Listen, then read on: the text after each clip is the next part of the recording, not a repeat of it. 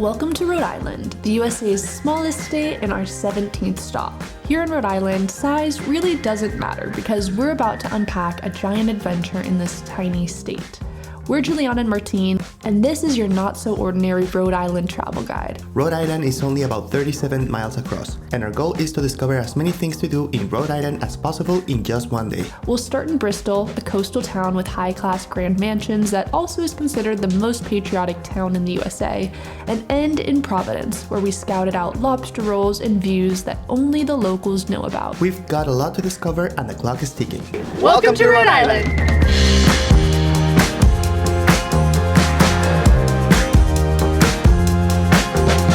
We're officially over state line! State number 17 in the US. Rhode Island. We're starting off in Bristol.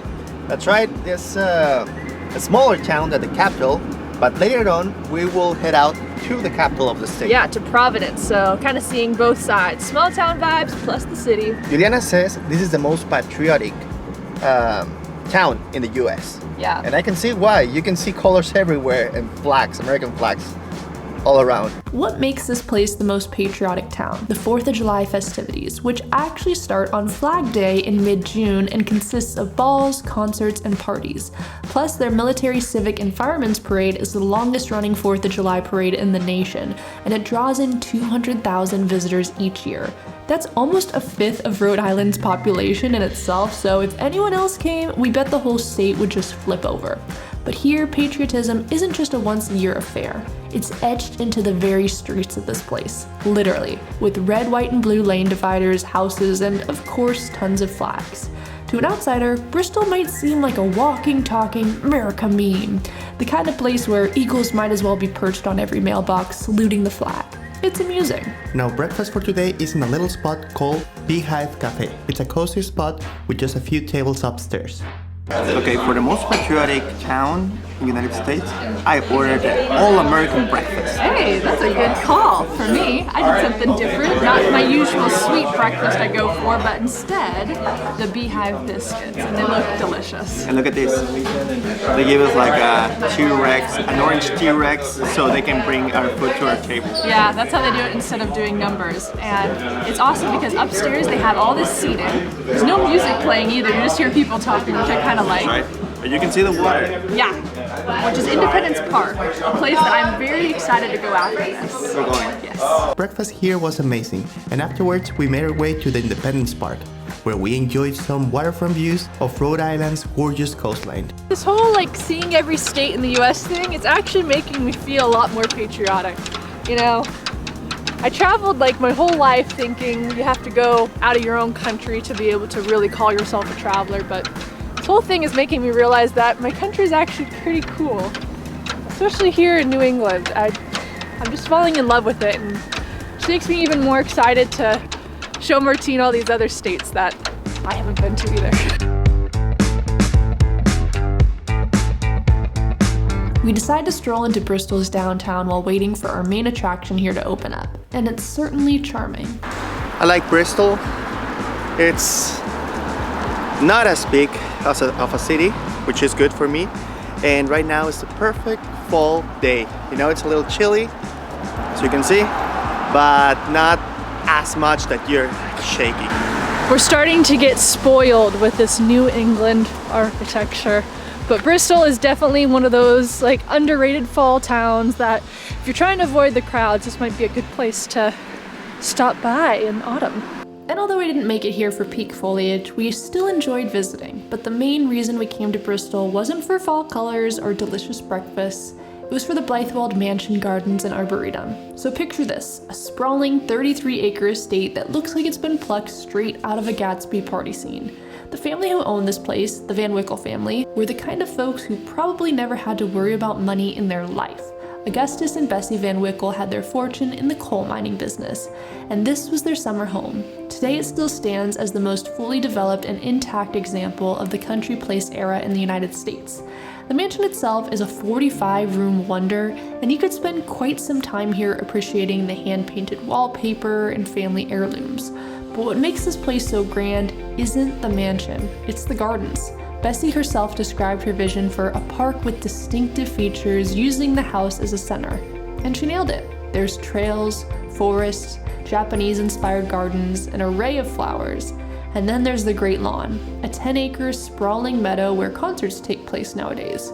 As you stand there on the edge of the Great Lawn, looking out towards the water, it's easy to imagine you're a character in The Great Gatsby, staring out at the green light across the bay.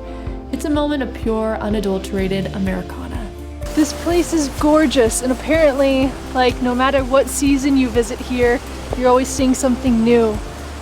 And it's such a perfect example of how beautiful things can happen when you combine flowers and trees with the architecture. It's just stunning here. And in the fall, incredible. We have the waves right here on the shore, the autumn wind in our face. It's a beautiful place and so well preserved. I was just imagining to live over here, and then in the afternoon just take a book, your favorite beverage, just come over here to read here in the middle of this little pond with these beautiful trees around. That's a dream.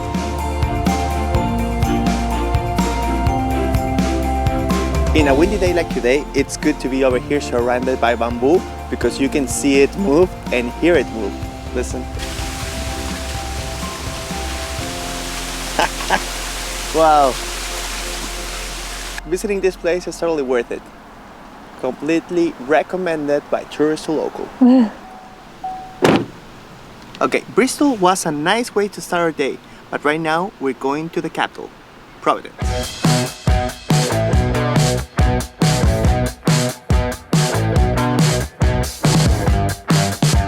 Providence is extremely charming and totally different from Bristol. We just found ourselves in the Brown campus all of a sudden. I know. And it's beautiful. We got lost, and we love that everything here has brick. That's also why Martin says that Boston is his favorite city, is because of that type of architecture.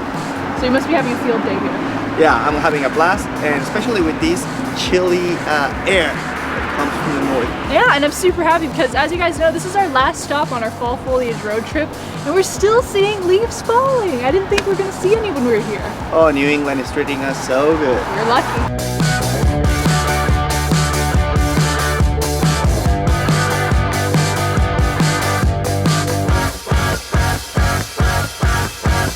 So we may not have a lot of time here in Providence. I really wish we did because this place is beautiful.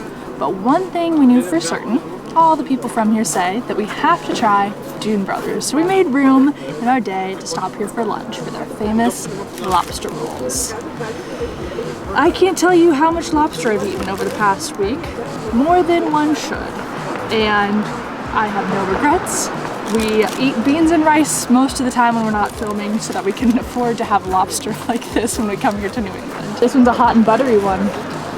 The way we like it. Delicioso. Delicious. I could get used to this. I could get used to this, Jules. Oh, that was definitely the best lobster roll of the trip.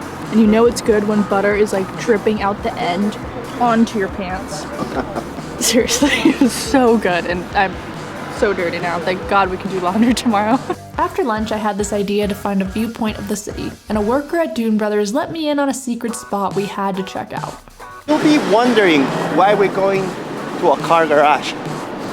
I'm wondering the same thing. Juliana's bringing me here, and we don't have any idea because our car is not here.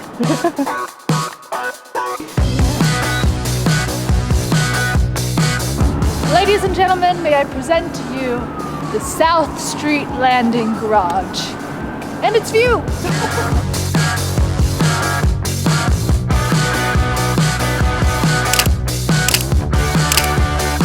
Okay, it was worth it. 8 floors.